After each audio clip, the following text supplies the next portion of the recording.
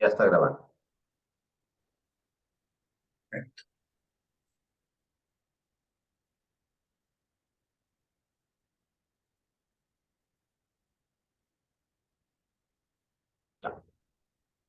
Entonces, la idea, en resumen, es que lo importante es el alimento y los nutrientes que contiene. Eso que el desarrollar una dieta no es tan fácil, es complejo. Miren, esta diapositiva así se ve de fácil y quiero que no se asusten, ¿no? O sea, cuando uno le dice no se asusten es como cuando uno sube al avión y el piloto dice, ¿sabe qué? El vuelo va a estar tranquilo. Cuando dice que va a estar tranquilo es que no va a estar tan tranquilo.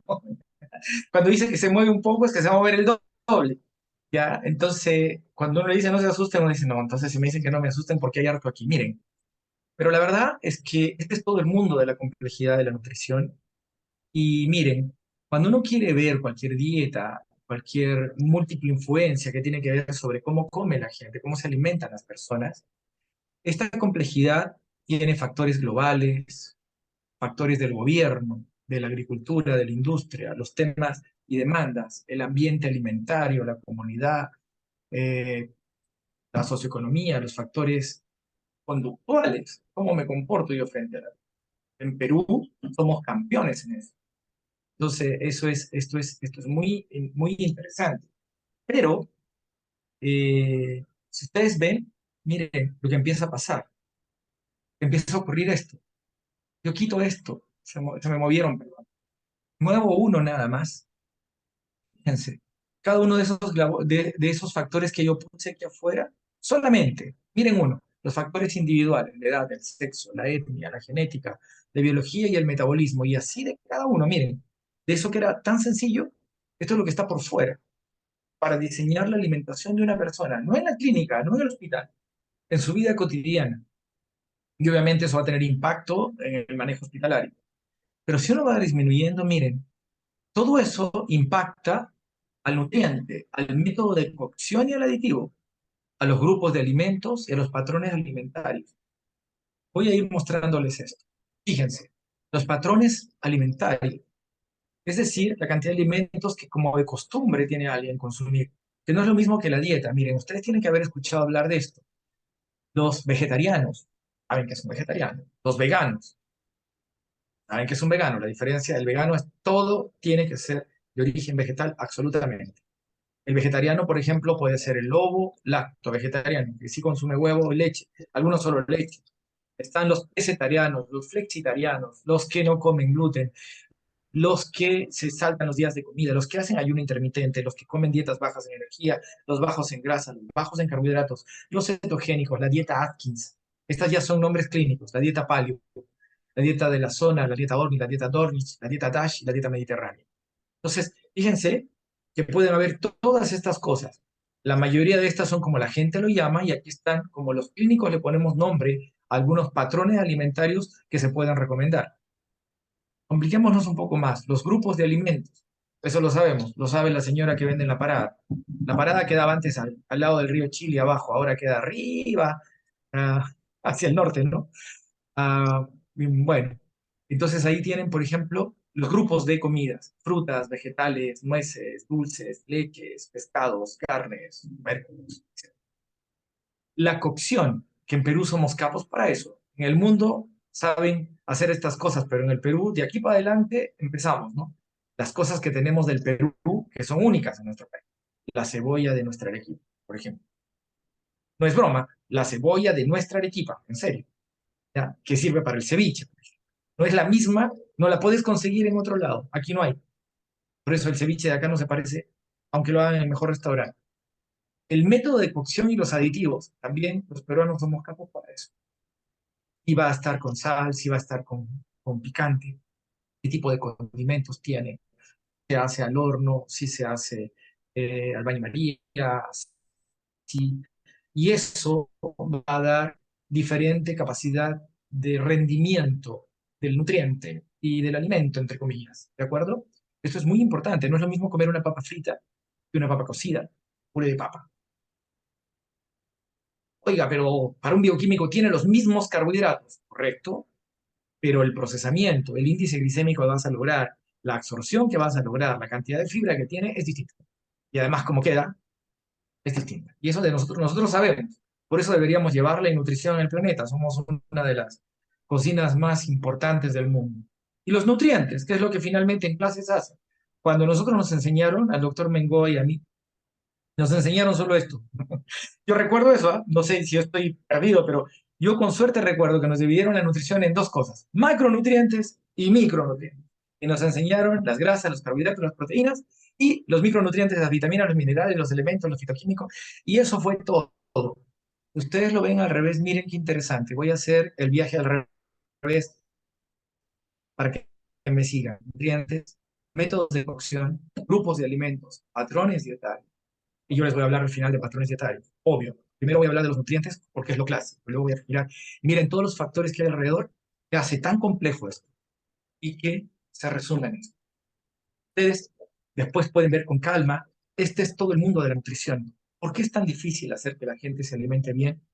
Porque no le estás pidiendo que coma más hidratos de carbono, estás influyendo en lo que le enseñó su padre, su abuelo, su cultura, en lo que influye sus ingresos, es mucho más grande que lo que creemos. Es importantísimo que ustedes tengan esto en cuenta. Tan potente que los exámenes de ingreso de facultades de medicina para la especialidad, por ejemplo, en España. Hace poco, una de las especialidades que más se busca es la endocrinología y nutrición.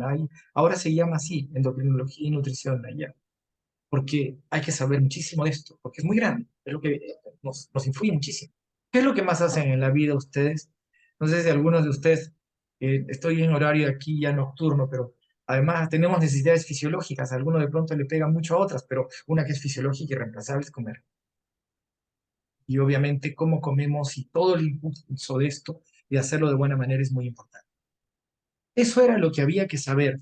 Ahora, en los 30 minutos que nos quedan, vamos a ver lo que pasa ahora. Y hemos tenido este tremendo impacto. Y quiero juntar a nuestras dos generaciones. Cuando nosotros éramos chicos y vimos E.T., por ejemplo, que ustedes deben haber escuchado de esas películas, películas de los 80, han escuchado de Michael Jackson y todas esas cosas, de la Madonna. Nosotros somos de esa época, aunque no lo crean. Pero con el tiempo empezaron a ocurrir otras cosas. Llegaron los celulares, digamos, y en la actualidad ustedes pueden ver esta clase desde el celular, la pueden escuchar en la micro, pueden descargar toda la información en el celular. Entonces, les voy a contar en estos más o menos 20 minutos lo que debemos saber y en los últimos 10 probablemente lo que viene. Les dije que me iba a centrar en diabetes primero, antes que en obesidad. Esta es la guía americana de diabetes, American Diabetes Care a comienzos de este año. Y estas son las propuestas que tiene para manejo de diabetes. Primero, promover patrones de alimentación ya hablamos de que es un patrón de alimentación, no es un macronutriente. Cardioprotector, en lugar de centrarse en macronutrientes con alimentos individuales. Y de eso voy a explicarles más adelante, cuáles son cardioprotectores. Segundo, la selección de alimentos en ricos en nutrientes. Más rico en nutrientes es una verdura que una golosina, caramelo, que tiene puro hidrato de carbono y varias cosas adicionales. No es lo mismo que comerse una verdura que no tiene solo hidratos de carbono, sino también tiene minerales y también tiene vitaminas. El problema es que van a decir que está loco, pero los locos son los que dicen lo contrario. Para las personas es mucho más rico comerse un caramelo que comerse una verdura. Y para los niños más. Y ahí el gran problema que tenemos, ¿no? Hay que hacer toda una educación y un cambio en eso.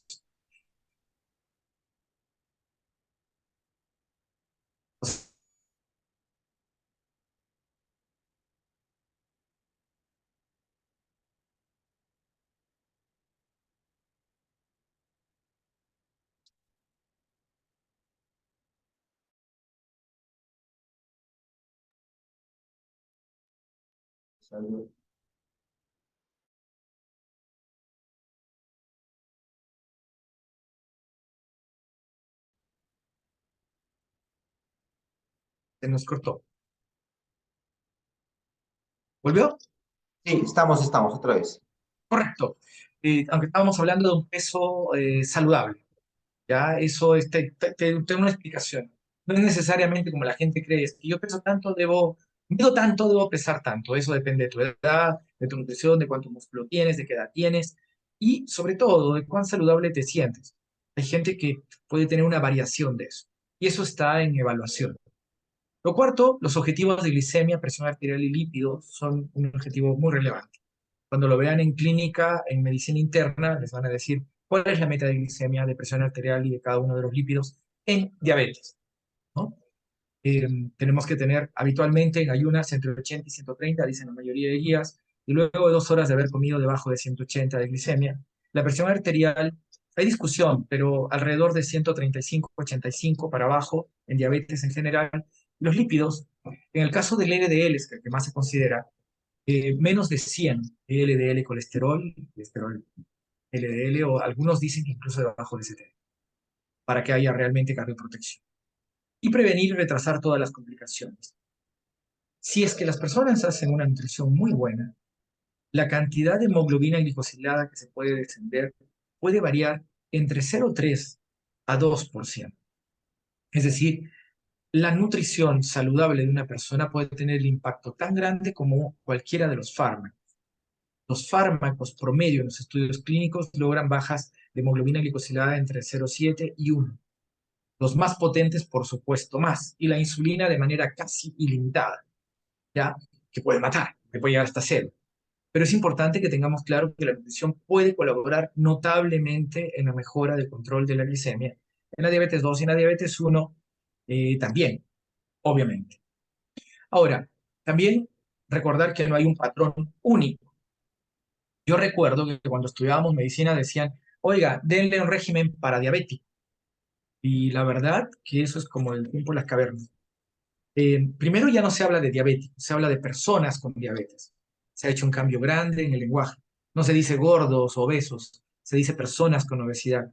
Por respeto a lo que significa el estigma. No es lo mismo decirle a alguien persona con algo, porque está primero la persona. Segundo, el patrón no es que una dieta especial.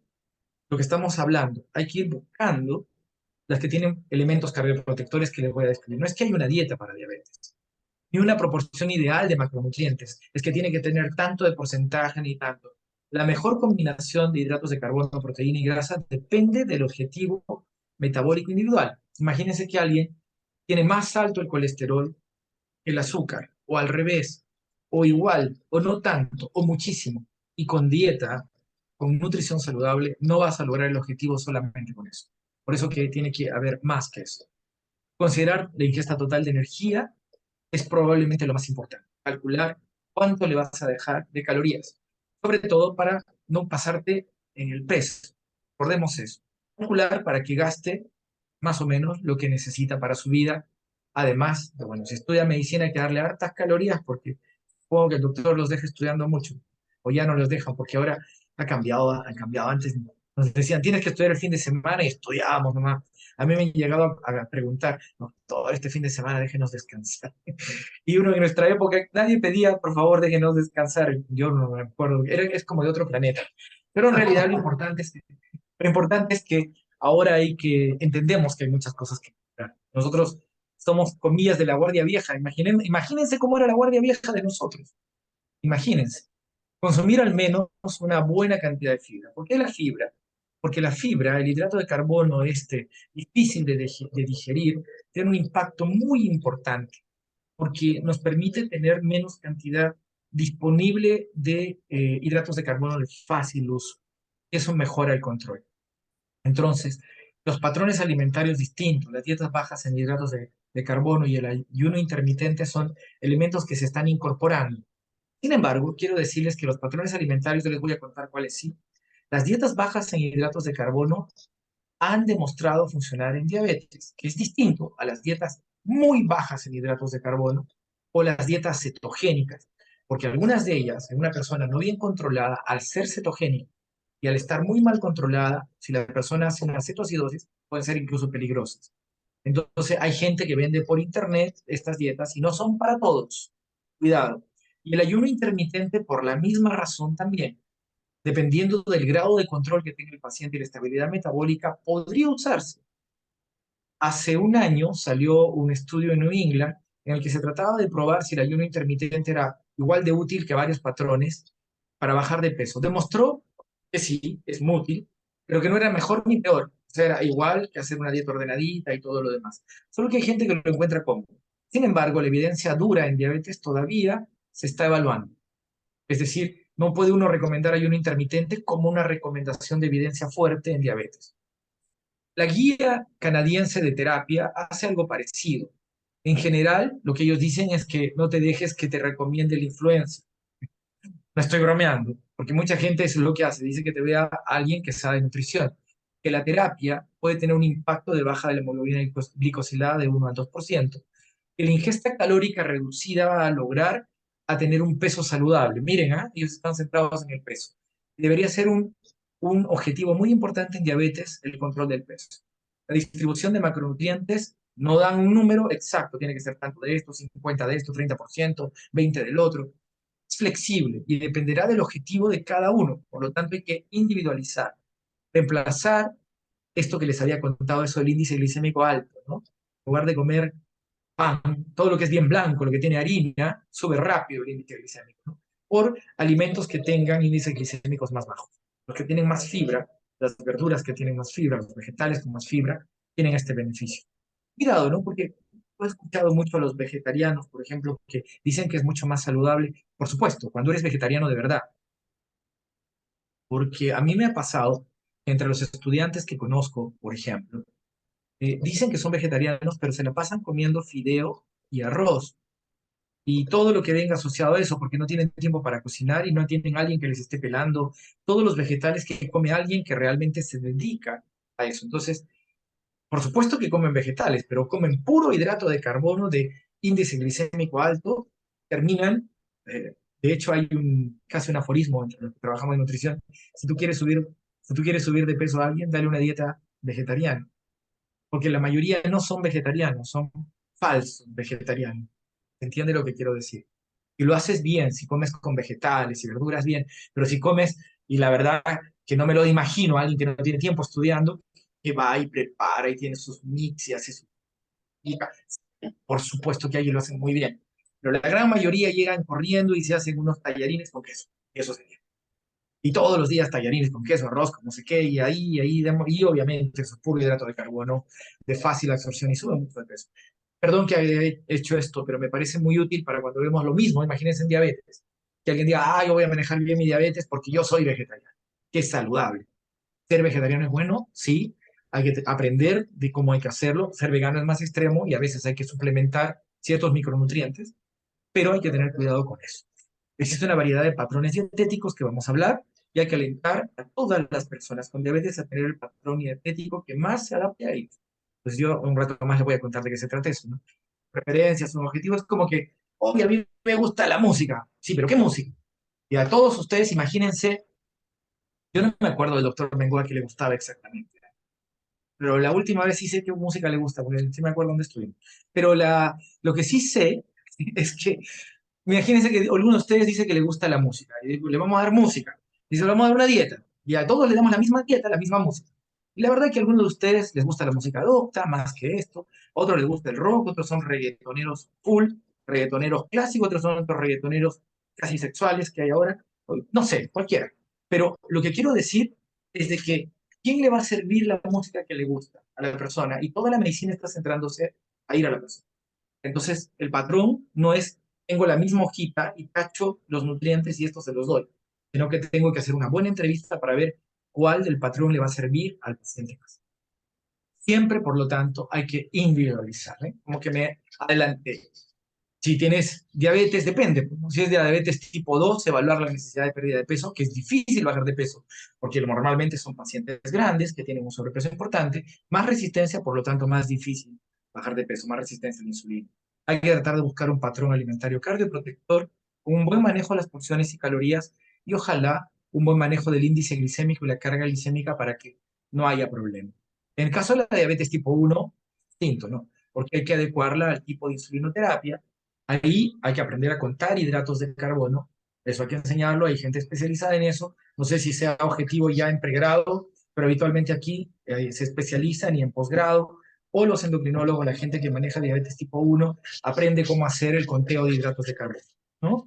Y manejar el índice glucémico y la carga. En la diabetes gestacional, habitualmente, dependiendo de cuál sea la situación, lo que hay que cuidar mucho se monitoriza más. Aquí tenemos la suerte de, además de tener glucómetro, usar estos sensores nuevos que hay, que uno puede ir viendo y prevenir la hipoglicemia, ¿no? Y si es necesario, su insulina en la diabetes gestacional. Ahora voy a ir a lo clásico. Esto es lo que nos enseñaban, pero voy a actualizar. Voy a hablar de todos los macronutrientes y las cosas habituales en el manejo de un paciente con diabetes. Por ejemplo, los hidratos de carbono.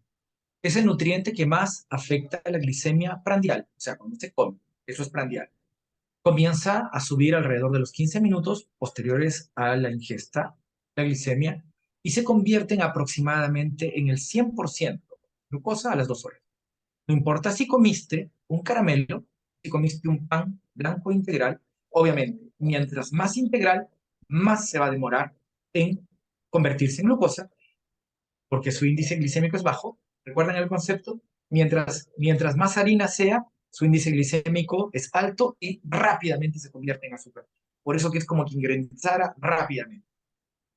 Hay que individualizar el aporte dependiendo del peso, de la edad, etcétera, y la diversidad de respuestas según el tipo. Hay gente, y cuando tú le pones el sensor, es muy interesante porque nadie come hidratos de carbono puro. Pero hay gente que con tallarines le sube un poco, a otros les sube como un cohete a la luna, y hay gente que con pizza, y eso lo vemos mucho en diabetes tipo 1 más. Pero carne.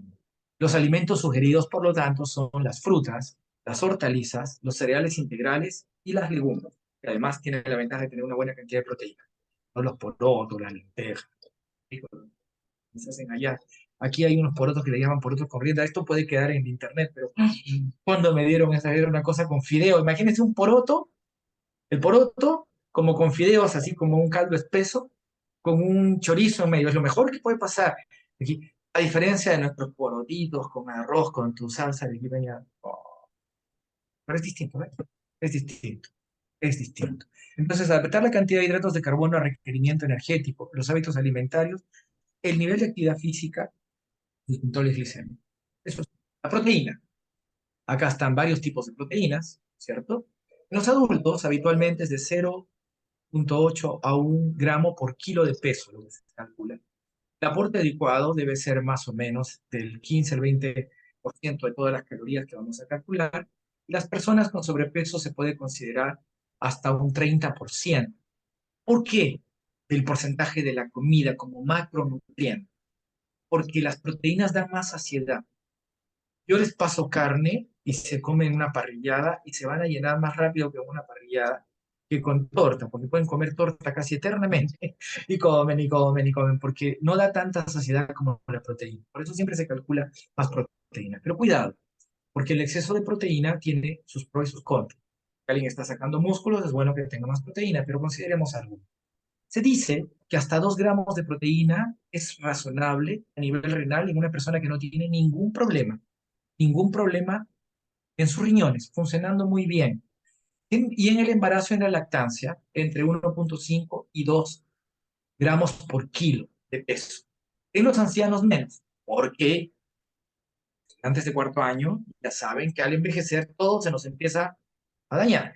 Nuestra función renal no es igual, entonces está declinando progresivamente nuestra función y se dice que por precaución hay que dar entre 1 y 1,5 en un envejecimiento normal. Cuidado, no es lo mismo una persona de 65 que una de 90, ¿entiende, no? Por eso, individualizar de nuevo, estos son rangos. La otra cosa que quiero decirles es que cuando la nefropatía es muy severa, normalmente se restringe proteína. Y eso es algo que sí se debe vigilar y es alrededor de 0,8 gramos por kilo. Mire, puedes dar hasta 2, pero 0,8 es en personas que están delicadas. En el caso de los pacientes oncológicos, es muy difícil manejarlo y hay que individualizar, porque depende de qué impacto tenga.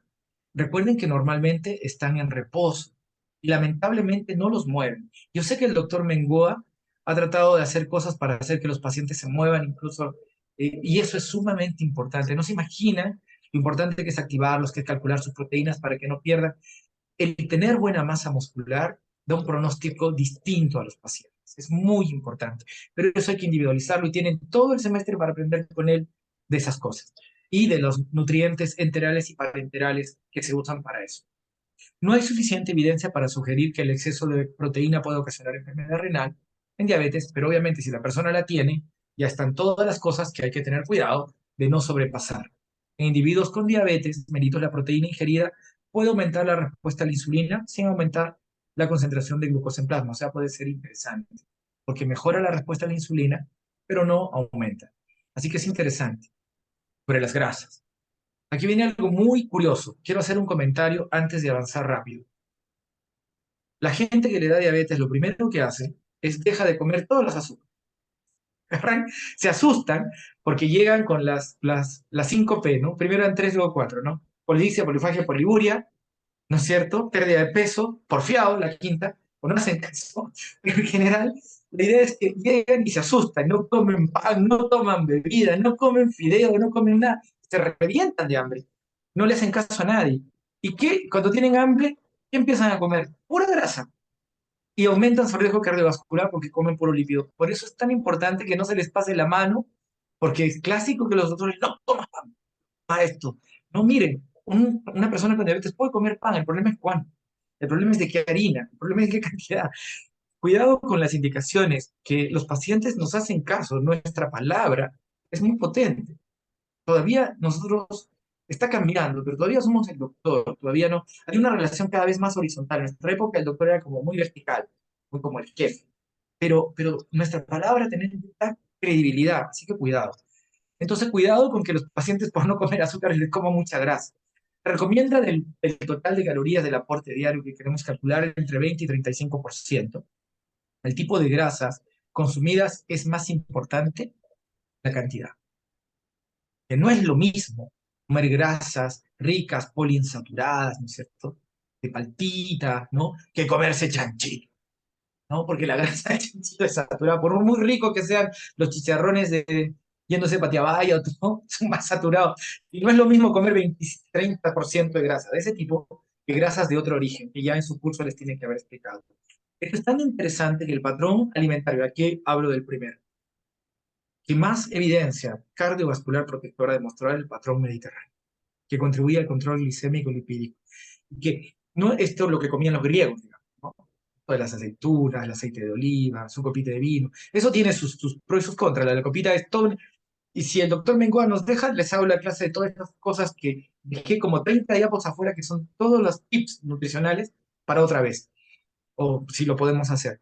Pero el patrón alimentario mediterráneo no basta solamente con esto del aceite de oliva, sino es una cosa bien interesante.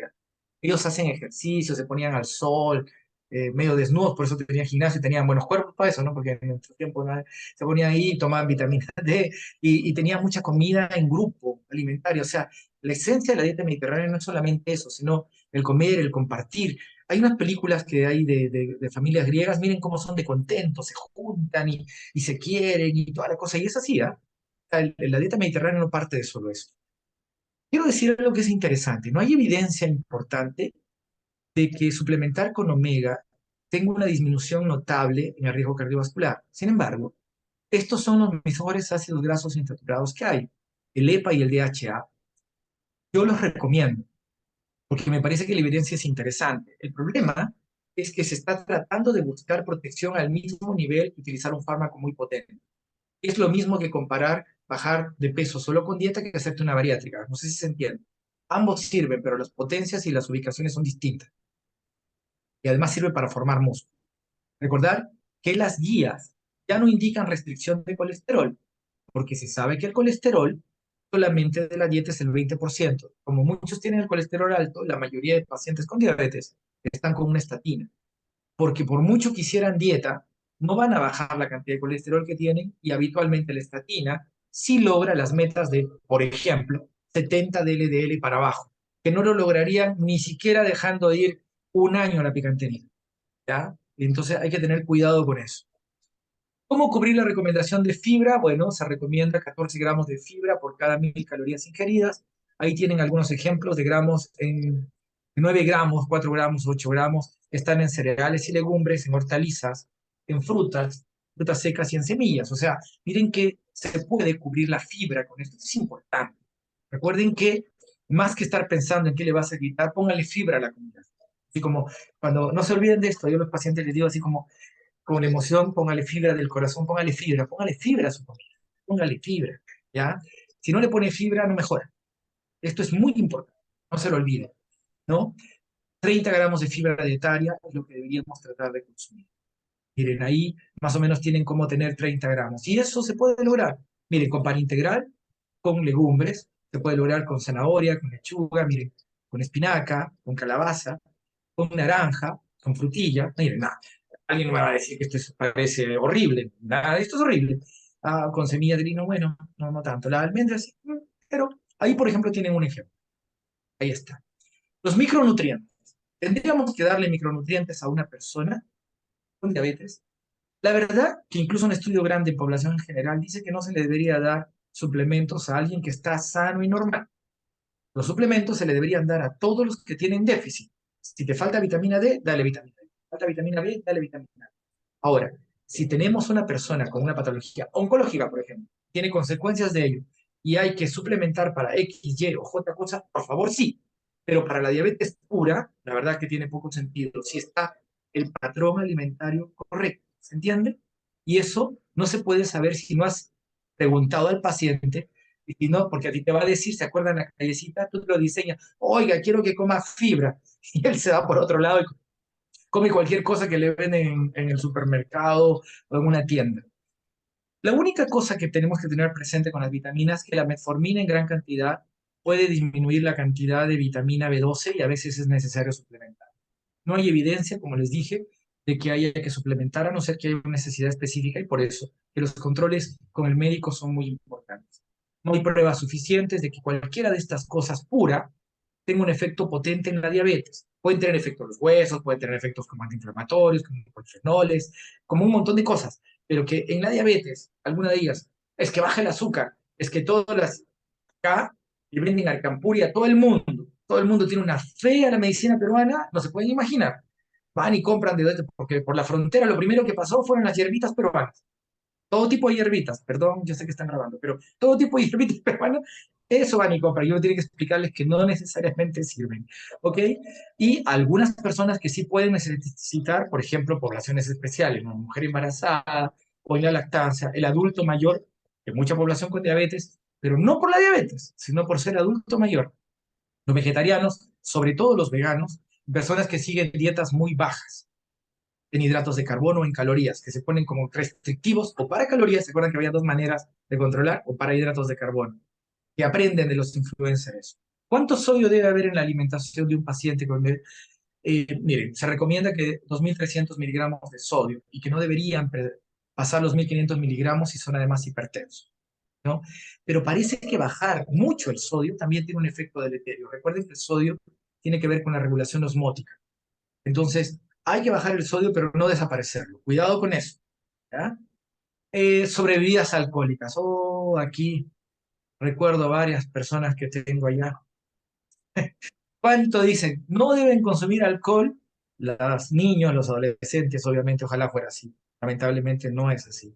Las embarazadas, las mujeres con lactancia, quienes hayan tenido pancreatitis, porque recuerden que aumenta, genera hipertrigliceridemia, es más fácil desarrollar pancreatitis. Las personas con esta trigliceridemia o neuropatía. Y en el caso de consumir alcohol, recuerden que en las personas con diabetes, el alcohol puede generar una inhibición de la gluconeogénesis y puede impedir la respuesta de las hormonas contrarreguladoras. Así que la gente con diabetes con alcohol puede tener hipoglicemias más importantes. Obviamente gana más de peso, sobre todo si son chileros, dicen. Pero eso tiene que ver más con la cosa que viene acompañando, ¿no? No es solo el alcohol, en el caso de la cerveza. Y en Perú son buenos para la cerveza, parecen alemanes los peruanos, ahora que yo estoy de afuera, porque en otros lados comen muchos otros tragos y pisqueros, deberán consumir más pisco, pero la verdad que uno no puede recomendar alcohol a los pacientes, a no ser que sea su rutina. Por eso, el consumo de alcohol debe moderarse, no se debe promover. ¿Sí? Si alguien toma alcohol, modérelo. Si una persona es abstemia, no le diga, ¿sabe qué? Para que esté mejor, tómese una copita de vino. Porque se ha demostrado que a pesar de tener resveratrol, tendrías que tomar una cantidad tan grande de vino para que tenga la cantidad de resveratrol que la mitad de las personas quedarían medio mareadas por la cantidad de vino que tienen que tomar. Así que eso de la copita chiquita, no, que es buena, que el doctor me la indicó, eso es también como de hace 30 años.